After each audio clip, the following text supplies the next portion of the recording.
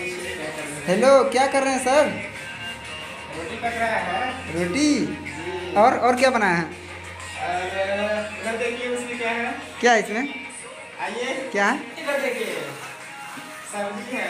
सब्जी है? इसको बिहार कि में तरकारी कहते हैं। अच्छा, क्या चीज़ का सब्जी है इसमें? इधर देखिए, इधर कैमरा लाइए। हाँ, आलू का है, आलू का। पोटैटो का है और टमाटर का है। ओ, लेकिन आपने तो आलू बोला अभी। गलती से बोला गया था। अच्छा अच्छा। कितने लोग रहते हैं इसमें? इसमें 1 2 3 4 लोग रहते हैं। 4 लोग, यानी आपकी बीवी और आप और 2 बच्चे। नहीं नहीं नहीं, अच्छा।